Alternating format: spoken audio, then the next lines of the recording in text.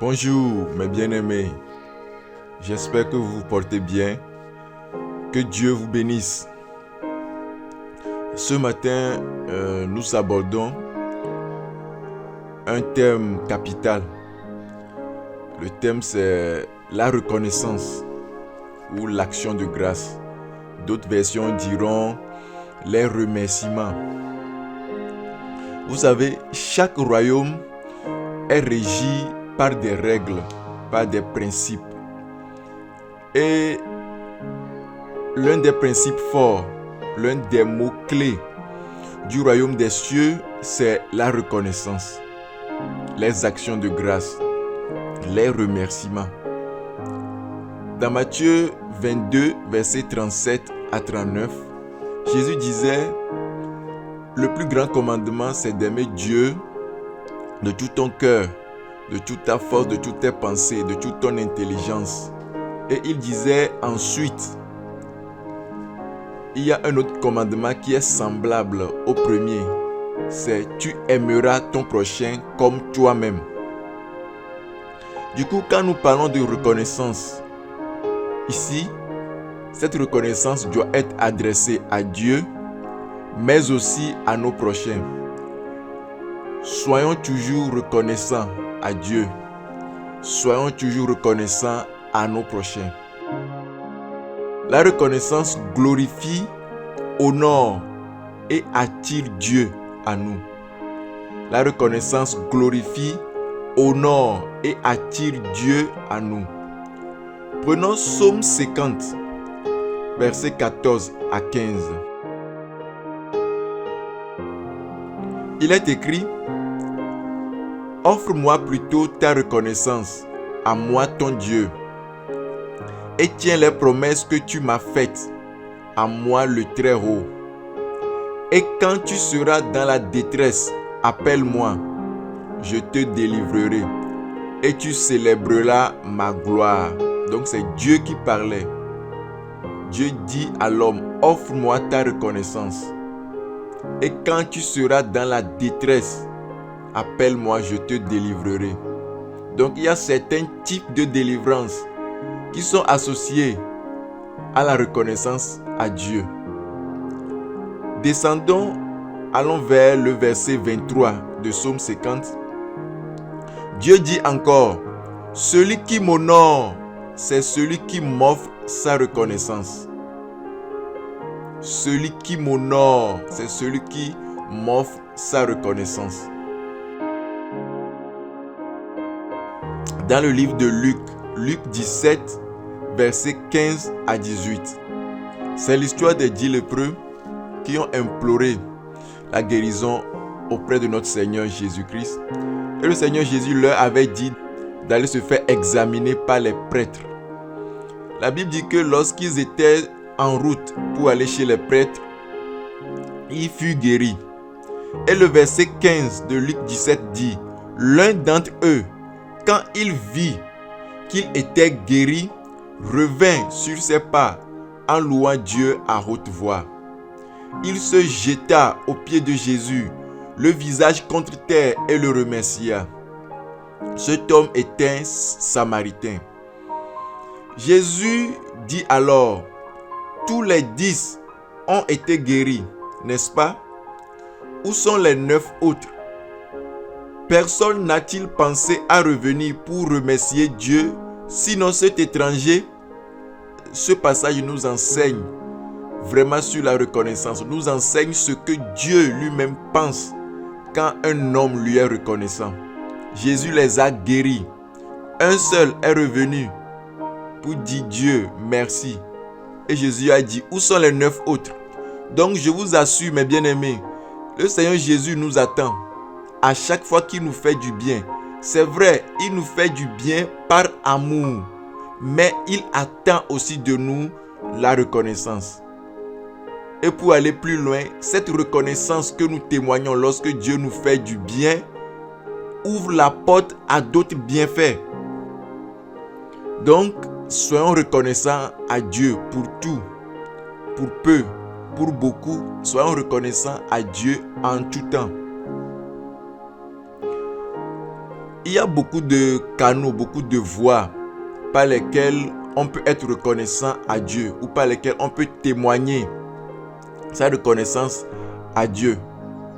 On peut prier pour témoigner sa reconnaissance à Dieu, donc remercier Dieu à travers la prière, à travers ce que nous déclarons, ce que nous disons à Dieu, à travers des chants, des louanges, à travers des dons en nature, de l'argent, des dons en nature aux nécessiteux. Tout cela sont des canaux pour pouvoir dire merci à Dieu. Donc ne vous limitez pas seulement à ce que vous donnez dans les assemblées chrétiennes comme action de grâce, mais parlez à Dieu, chantez à Dieu, dites merci à Dieu, priez à Dieu pour témoigner votre reconnaissance. Vous savez, dans Philippiens 4, verset 6, nous allons le lire. Ne vous inquiétez de rien, mais en toutes circonstances, demandez à Dieu dans la prière ce dont vous avez besoin et faites-le avec un cœur reconnaissant. Nous voyons même à travers ce verset que chaque prière que nous faisons doit comporter normalement des actions de grâce. Lorsque nous prions à Dieu pour demander quelque chose, faisons cette prière avec action de grâce. Remercions Dieu dans cette prière. Donc ne nous bornons pas à juste demander.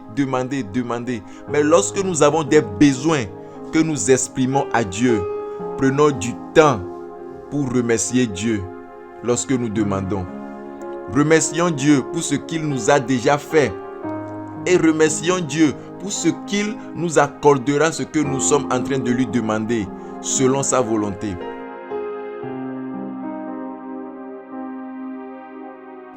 Maintenant, la reconnaissance aux hommes, la reconnaissance à nos prochains, encourage notre prochain à faire davantage du bien à son entourage.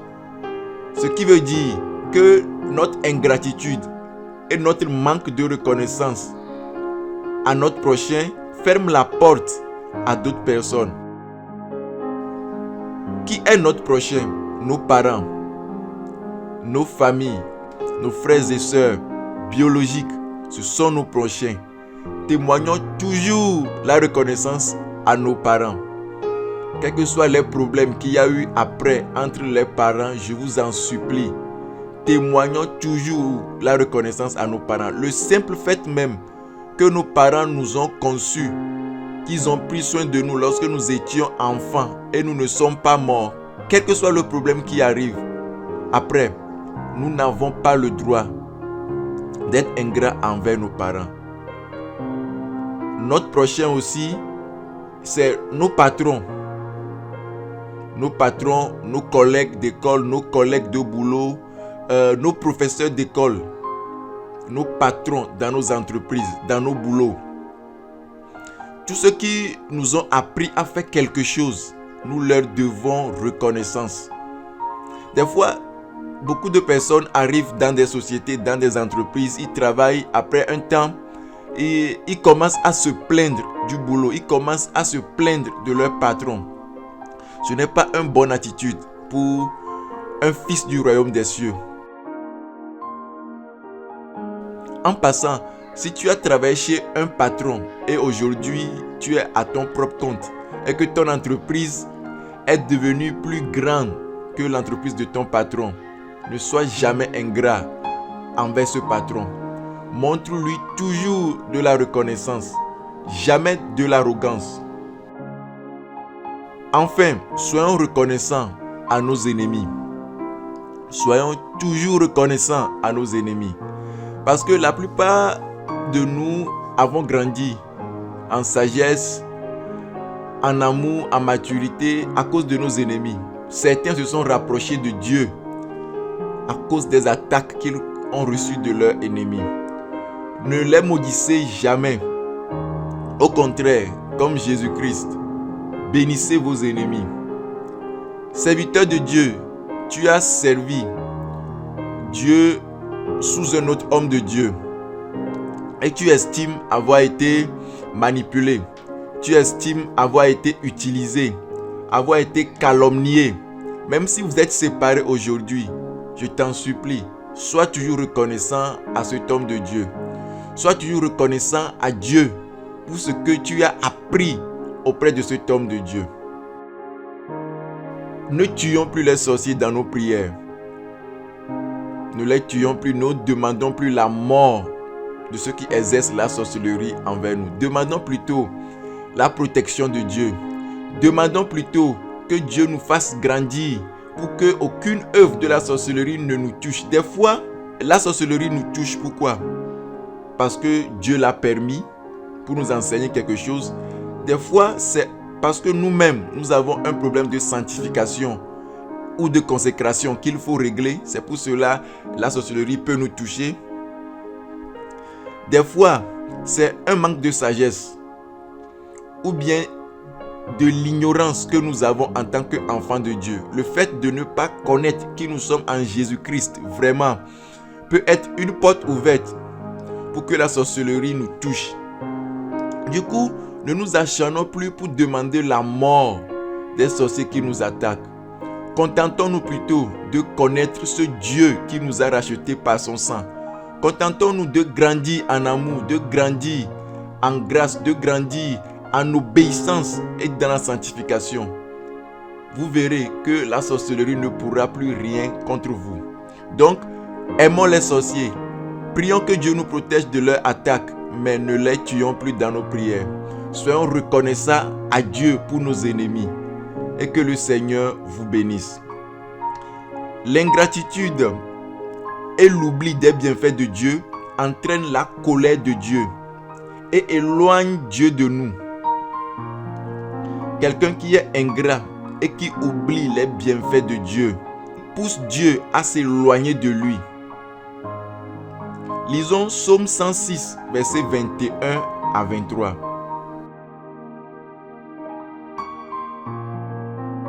Ce passage parle des Israélites que Dieu a conduits de l'Égypte jusqu'à Canaan. Le verset 21 dit: ils oublièrent Dieu, leur sauveur, qui avait fait ces grandes choses en Égypte, ces merveilles du pays de Cham, ces miracles à la mer des roseaux. Dieu parlait alors de les exterminer, mais celui qu'il avait choisi, Moïse, s'interposa pour le retenir de tout détruire dans sa colère. La Bible dit que les Israélites ont oublié ce que Dieu a fait pour eux. Ils ne se sont pas rappelés des merveilles, des miracles grandioses de Dieu. Et Dieu a voulu les exterminer. Imaginez, aujourd'hui, nous les enfants de Dieu, les citoyens du royaume des cieux, imaginez ce que Dieu peut ressentir si nous oublions ses bienfaits dans nos vies. Si nous oublions l'œuvre de la croix, le sacrifice que Dieu a fait sur la croix. Si nous oublions cela, imaginez ce que Dieu peut penser, ce que Dieu peut ressentir. Donc rendons grâce à Dieu. Disons merci à Dieu tous les jours pour l'œuvre de la croix. Disons merci à Dieu parce qu'il a permis que nous puissions le rencontrer, le servir, être son enfant. Rendons continuellement grâce à Dieu. Écrivons toujours ce que Dieu nous a fait. Les bienfaits que Dieu nous a fait. Écrivons cela. Les bienfaits que les hommes nous ont fait. Écrivez cela. Et continuellement, jour après jour, semaine après semaine, si vous voulez même, mettez à part une journée dans la semaine où vous ne faites que la reconnaissance à Dieu, où vous repassez dans ce cahier, vous lisez les bienfaits que Dieu vous a fait, vous lisez les bienfaits que les hommes vous ont fait. Et je vous assure que Dieu sera très content. Je vous assure que la faveur, la main de Dieu seront prêtes à agir en notre faveur. En cette année 2024 et pour toutes les années à venir, je vous en prie, reconnaissance à Dieu, reconnaissance aux hommes. Que Dieu vous bénisse mes bien-aimés. Amen.